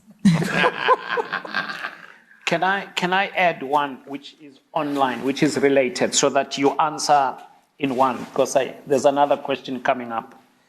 This one is from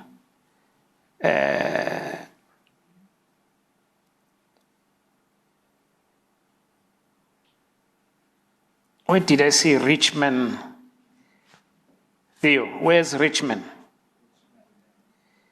He wanted to know, what characteristics are you looking out for when you are trying to build a partnership for business? So if you want a business partner, what are you looking for? Mamsa? I think when we sort of engage in terms of building business partnerships, we clearly indicate to the partner, we first of all want to assess very critical elements around the partnership. Let's take, for instance, an investment. Let me talk about the investment partner. I think we are all now having to ensure that we comply with the BEE codes of good practice. Now, we created for ourselves particular elements that we'll have to make sure that we achieve in the discussion as we develop this partnership. For instance, defining exactly what we want from this relationship. Not to get the shares and get the money, but being clear that in terms of starting with the development of the staff, if I may, professionals, they've got to make sure that women also come to the fore. Because we would have analyzed them and found that in this company, there's far less numbers of women that are in the management position, that also get exposed to being trained, that also, trained, capacitated to the extent that they can quickly and easily reach the top of profiles of the company, management levels. It's only men that are being supported. So we discuss that first and make sure that we get to agree on those. And strange enough, not strange enough, I think when we were asked to put together the main elements of the BE codes, and it was a committee that was created by the Black Management Forum with Cyril, the president, being the chairman of that, and we spent that. I mean, the larger part of what was used there was what we had decided. This is how we want to structure our relationship. we've got to make sure that all these important elements that are now there, enterprise development, capacity building, all those important elements, we advance for our relationship and partnerships with these investee companies.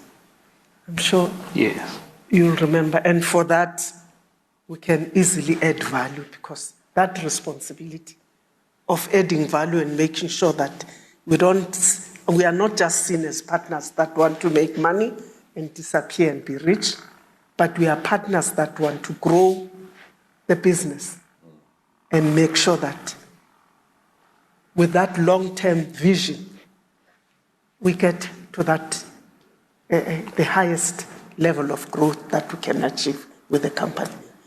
We don't control, we don't manage, because we come in not knowing, not having the experience of managing the Sasols, for instance, but adding value, making sure that we attract opportunities, contracts for them.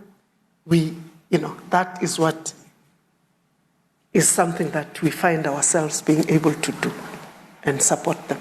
And for that, making sure that the transformation committee that they may have, we sit on that committee. And we also sit on their board to also guide the policies, be there to contribute towards the policies that would not necessarily make us look good, but grow the business. No, thank you. Can you combine your answer to this question with the answer to Samgelo's question who's come online? He wants to know, how can he become a member of ULP? Well, it's easy to be a member of ULP, and now there's Roslyn. Roslyn, while you're standing, just raise your hand. National Mentorship Movement is in partnership with ULP, and then obviously working together with mutually collaborate. We have a website. It's there, Unleashing Leadership Potential. Just go into it. It will tell you how you register and become a member of ULP. In that way, you will get all the information there. You will receive all the notification of the events that are taking place. But we don't want also people who just want to be members. We want people who want to contribute. Is Confidence still here? Confidence, stand up. Confidence has got a passion for writing and authorship. And he came to me here and said, look, I don't want just to be a member, I just want to contribute. Today, through him, we've got a program called ULP Authors Forum, which basically does two things. I help him get the Bonangs of this world, all the writers of Judy and all the people that they've written. He comes and interviews them here on the ULP stage to dig into their mind and what inspired them to write the books. But at the same time, he's offering classes for aspirant writers, because we believe here in ULP that if we don't write our own stories, we'll have Americans and Europeans coming and writing our own stories, African stories. So don't be surprised when they're writing something that is not correct. So you become a member, but please, we don't want you to come and just be a spectator, but we want you to say, I have a skill and I have a something that I need you, that I can give and come and give. Because ULP is about creating a platform for people to give. Not to give money, but to give of their intellectual, their gifts, their resources, their ability to do what Mamsalo is. That's why she's inspiring, lifting other people. And that's the platform that we create. Thank you very much. Thank you very much.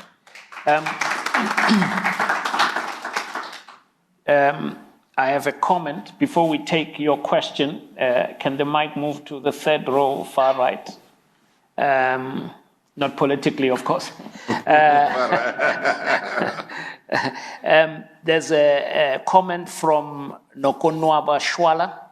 Thanks for the wonderful dialogue this evening, quite inspiring indeed. We just need to conscientize more South Africans to really practice Ubuntu, uplift one another, and stop politicking with people's lives. So thank you, Nokwaba, for that. Thank you, sir. Sivuisa, my question is on the same vein with the relationships that you spoke about.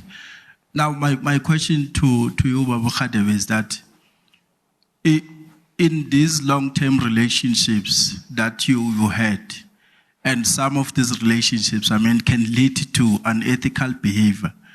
Now, the question is, what maybe would be the antidotes to ensure that there is no unethical behaviors in the process, and ensure that those long-term benefits or win-win, they continue? So you said your name is? Sivuisa. Sibuisa. Sivuisa. Sivuisa. Yeah, that's a beautiful name. Thank you. First of all, when you start a relationship, you must make sure that the values of the person you're going to be partnering with is in line with your own values. So I look for three things when I'm going to get into partnership, or even when I'm getting into any relationship. One, when you're employing, you want people who can apply their minds and think. And so level of intelligence, not for genius, but level of intelligence. Two, people who've got energy, passion, and contribution. Thirdly, integrity. Integrity. The other first two, if you've got them, but you don't have integrity, no relationship. Stay away from that. Because I promise you, and I always, most of the people who have had me speaking, I say, talent take you to the top, but character keeps you there. I've seen too many of my contemporaries who are much more intelligent than me. Their talent took them to the top, but character flaws brought them down, tumbling like a ton of bricks. So in a partnership, that's the first thing. Secondly, chemistry. Do you really guys enjoy each other? Especially as you grow, you realize business is about having friends, having people that you enjoy having company with. And somebody saying, thank you, say, yeah. Don't do business with people you don't like, and they don't share your values and you don't like, and it just doesn't work, And so that's very important. Thirdly, you must have people who are prepared to put their shoulder on the work and put their pound of flesh. Because if you've got people who actually want to cruise and actually benefit out of just hanging around with you, and you do the work, it's not sustainable. So yeah, those are the things that I'm looking at when we're starting partnerships. Have I always been right? No. There's certain partnerships that went horribly wrong. But there's one thing that I'm very clear in my life. Failure is not the word I include in my vocabulary. I just include win or learn lessons. So there's lots of lessons I've learned out of some of the partnerships that have gone south. Can you share briefly, please, briefly, edited version of how, when you just got your MBA, you started that shop, and you ran out of, you couldn't fill the stock and the shelves. That's beautiful. If you haven't heard the story, you learn so much from it. Yeah, there's two stories. One about partnership. There was one partnership that I did, and I still feel guilty about it because my wife started a furniture business, and she was running it, and it became quite successful, but small, but it generated a lot of cash She always reminds me. And then I met a group of guys, didn't do my due diligence properly. I did due diligence financially, but not character and values. And you must do that due diligence. And then I said, honey, come, please, man. Let's make a big office furniture business. Bring your business and let's get these guys coming in here. That was the worst mistake. I mean, sure. She lost her business, we lost money, and they all didn't crash. Because they were just unscrupulous people. They were just using us. And then the second mistake I made was that I didn't get my hands on the till. Just make sure you know the business and get your hands on the till. And by the till, I mean, it's because my grandfather used to run the till. There's no more tills but the bank account. And I just trusted them. One of the most important things is, in God we trust. In everybody else we check.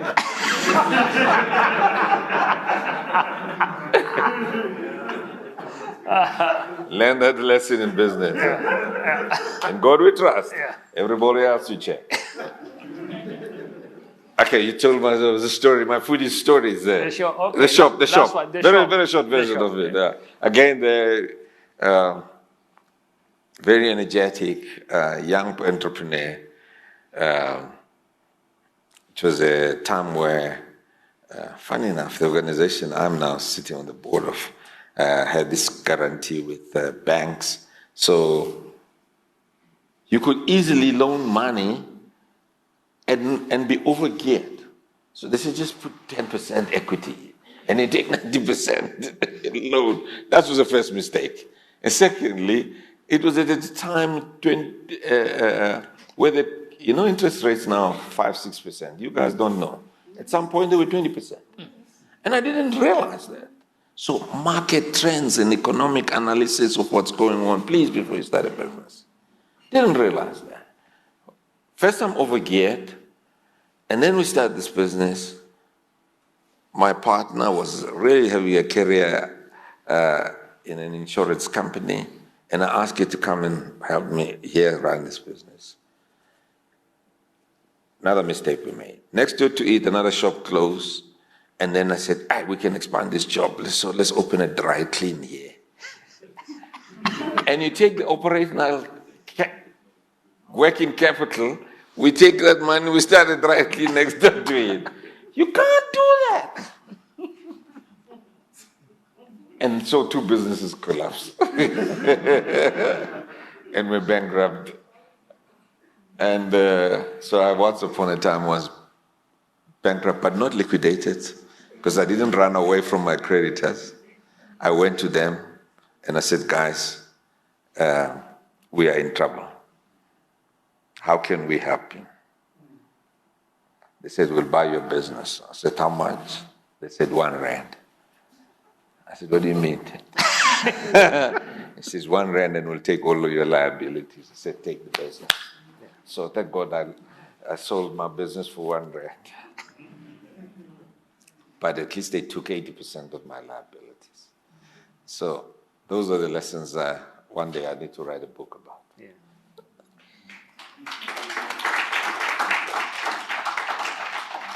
So I'm sad to say we are now drawing to a close. So if you don't have a question, speak now or forever hold your peace. I've got one question at the back, and I have one here. So I'll combine both of them. So I'll start with this one. It's for you, Mamsalo. Question for Umam Hlongwane. After years of being an industry leader, how and where do you still draw inspiration? This is from Njabulo Ndlovu. And then let's have that one. Hi, this is Balisa Chabalala from Empower Youth, and it's also from Mamsalo. Us at Empower Youth, what we normally do is basically we create a platform for the youth in peri-urban and rural areas where we bring them workplace, education, and entrepreneurial opportunities that often seem distant for them. And I think for us as the team, what becomes very difficult is we are so passionate about what we do, and we do all the research, to get the sponsorship, to get the partnerships and the different organizations to come on board. And I think while you were speaking, what spoke to me most was about how, when you spoke about Nozala Trust and the projects that you identified with, a lot of them were, you resonated with them from a subjective point of view in terms of they touched your heart. And for us that reach out to all these organizations, what advice can you give? Because, we can be so passionate, but if it doesn't touch someone's heart, we're not getting, their buy-in into this. And so how do you get to that point of touching someone's heart beyond the research, beyond the outcry and the desperation that we see in communities every day? Thank you. So, as you answer this, you are now closing. Because we're watching the time, people have to drive home and so on. And so there's a conclusion in the answer, in both the question I gave you and this one. And then that will go for you as well, Prof.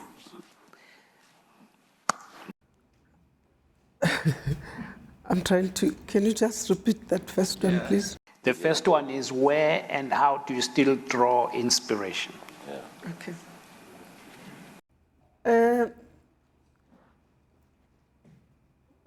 Really, it's from the successes of these projects in particular.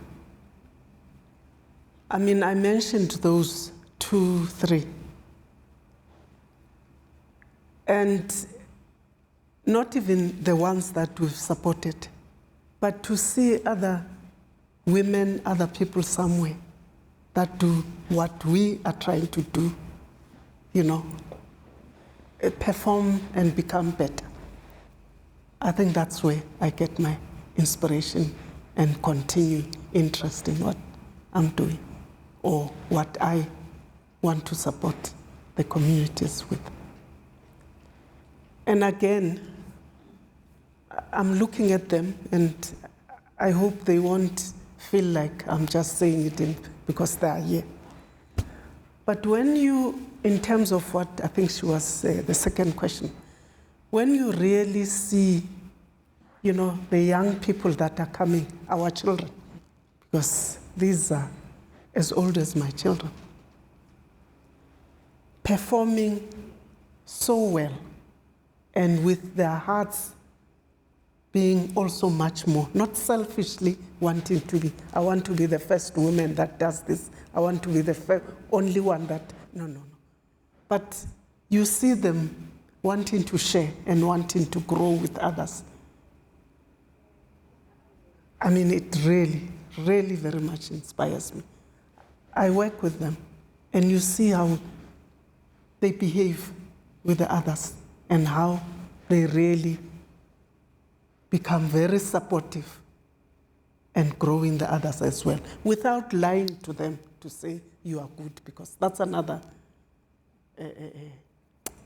serious thing that we always have to address. Being truthful to each other in terms of the good and the bad, and having to correct and having to grow from where. I think for me, you guys really inspire me. You make me feel good. Because when we started, we all, especially some of us, were saying, when this whole BE policy ends, what's going to happen? I don't belong. I may not be effective. As I indicated earlier, the economy is now part of the broader world economy. There's no BE at that level. We have to perform to meet the standards of world economies. Now, if we remain using BE as the motivation, as something that gets us to higher places, instead of getting the younger ones that come with new academic training, new concepts of development, not BE. I mean, if those are not coming up, what are we going to do? So, in short, that's my inspiration. The little bit, the few that are there and that are really doing well. For me, it makes me become very ready to go into my grave and sit in peace. That is powerful.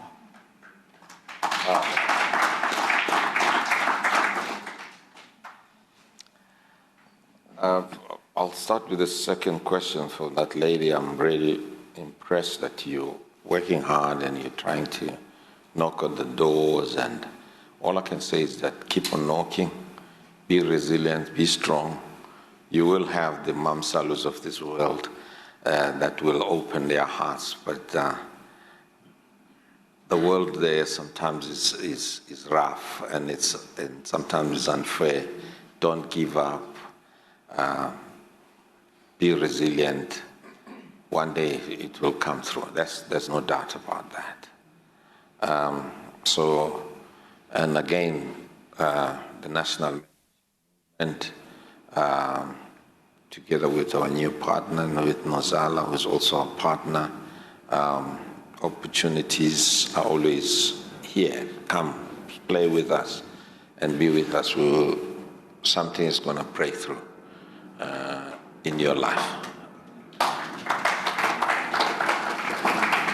Now, the second question is what inspires me? And I listened to a man many years ago, and he shared this dream, and I believed in it. I'm still believing in it. It's probably naive to believe in it. But he said, one day, we should be able to lock poverty into a museum. I'm going to repeat that. Lock poverty into a museum. So that one day, when our great-grandchildren, we talk about poverty, they say, what is that? And you have got to take them to a museum to show them what poverty is.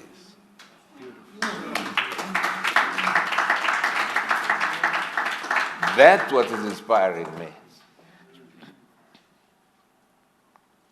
Hopefully not me, but in you, in your lifetime, in your children's lifetime, we will talk about poverty like it's a fairy tale. Thank you very much. Thank you. Ma'am, sir, you wanted to say something? Yeah, if I understood the young lady behind there, I think we don't necessarily, those examples that I highlighted of, projects that make me feel good, it's not just those because of, them belonging to the elderly or whatever.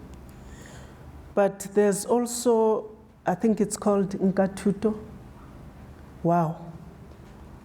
This is a young, I think she lectures at Wits in sciences. I think she must have been about 30-something. She has a PhD. When she came to us to ask for support because she wanted to do weekend work with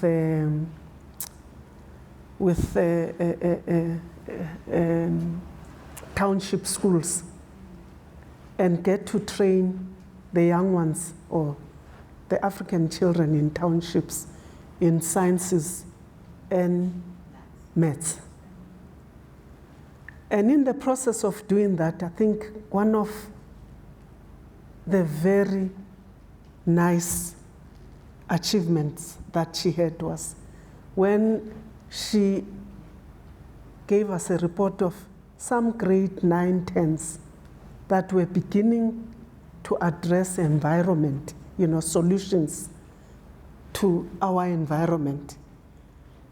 And I saw this child fitting, you know, the likes of EnviroServe in South Africa to become one of the technical people, or, you know,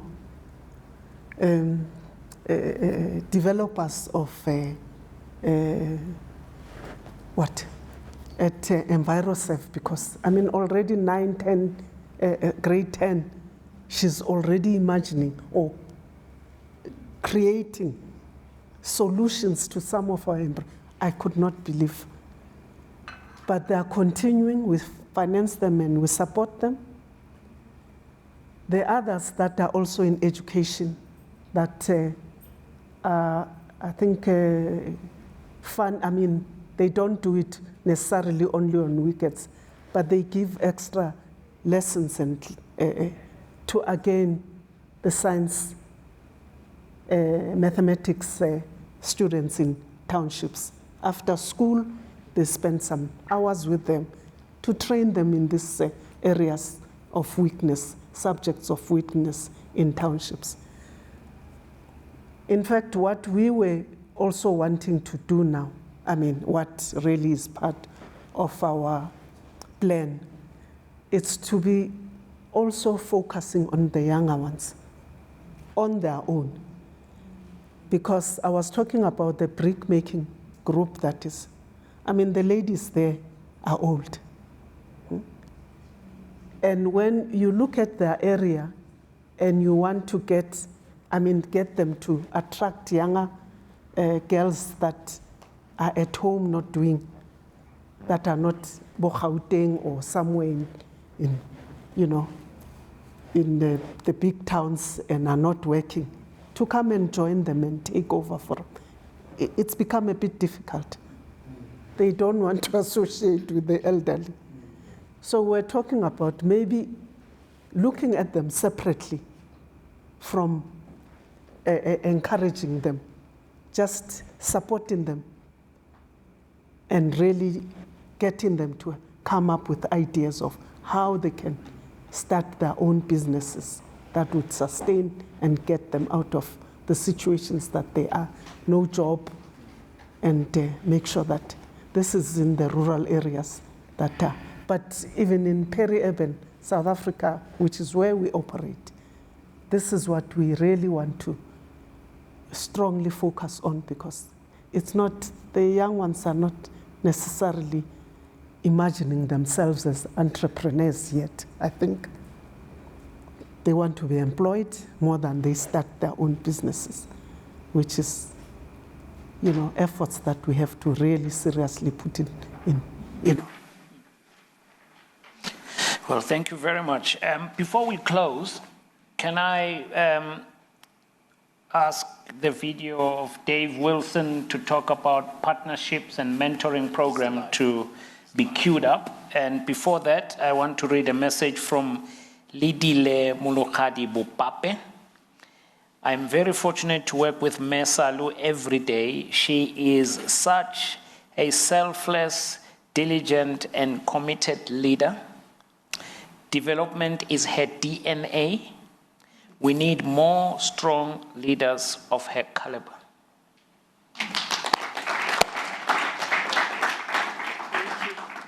Good evening. What an inspirational evening. And I can only say that I'm even more inspired about the possibilities of the partnership, the mutually collaborate partnership between ULP and Old Mutual and the National Mentorship Movement. I'm particularly excited tonight to announce that we will be running 2 pilot mentorship programs, intensive programs, through the end of March to the end of June. And one will be a group and one will be a one-on-one mentorship program. And I'm also really excited to say who is eligible. Every single person who is on this tonight, either in the hall or on live, will have the opportunity to motivate to be part of that program. Please don't be despondent if we cannot accommodate all of you on the pilot, because there is the full intention to roll out a bigger program thereafter. And why would you want to motivate to be on a mentorship program? Well, it's pretty simple. All the research and all our experience shows that somebody who has a mentor is just simply twice as likely to succeed in life. If you're a student, you're twice as likely to graduate from university. If you're a business owner, you're twice as likely to survive longer than 5 years, or grow your business, or to employ more people.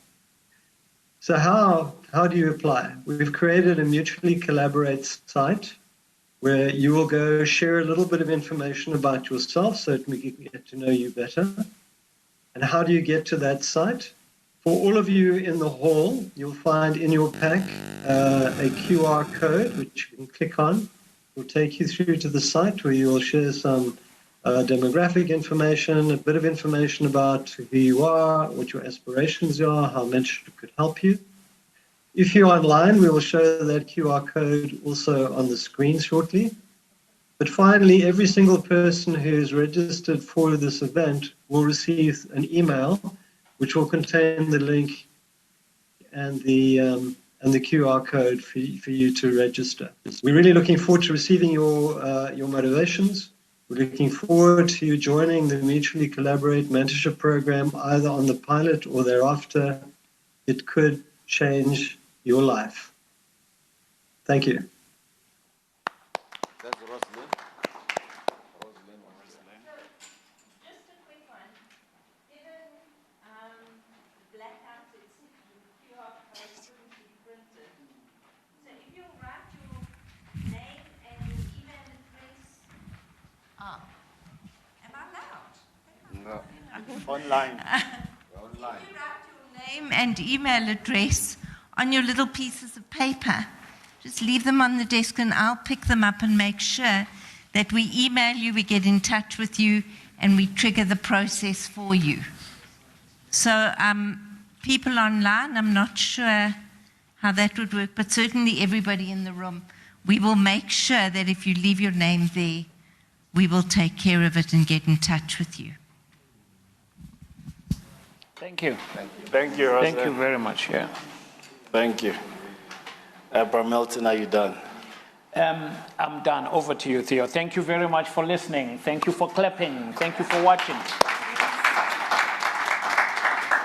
I keep saying one day we will host just you and you can tell your fascinating stories to the people here. But firstly, let me thank you for always you indulge us even when it's unnecessary. Let me also thank someone, Ausmandla Msimang. Had it not been for her, Mam Salu wouldn't be here. We had some behind the scenes convincing that we had to do, but Ausmandla, thank you so much. I really appreciate you. And also please pass my greetings to your family as well, including Tatem Simang. He's also been here. And we've been glad to host them, so thank you. To our partners in NMM and Old Mutual, luckily Babakhatebe chairs both NMM and ULP. We're really looking forward to this. You know, Babakhatebe and I, we like to start things and change tires in the air. So just bear with us as we continue. And about that QR code, I think there is a paper at the back for those who want to snap it before they leave. But we're looking forward to this collaboration and we hope that it will be fruitful and it will do something for our country in giving back. Mam Salu, let me thank you for coming. You're right, you know, Mam Salu, she says she's from Orlando. Even in the boardroom, you can tell she's from Orlando. I've been fortunate to be in a few meetings with Mam Salu.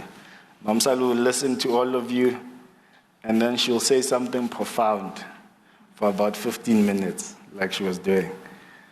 And then at the end, we all lost, and that is about investment and so forth. We can't respond, and then she'll say, but you know, I don't know, you guys are the experts. And we all scratching our heads, who's gonna talk next? But it defines in a bit who you are and your humility And thank you for coming, Ma, today. Please clap hands for myself. Let me thank you for coming, and for those who are watching online. Again, first event of the year. We are off to a band. I think we've had a few.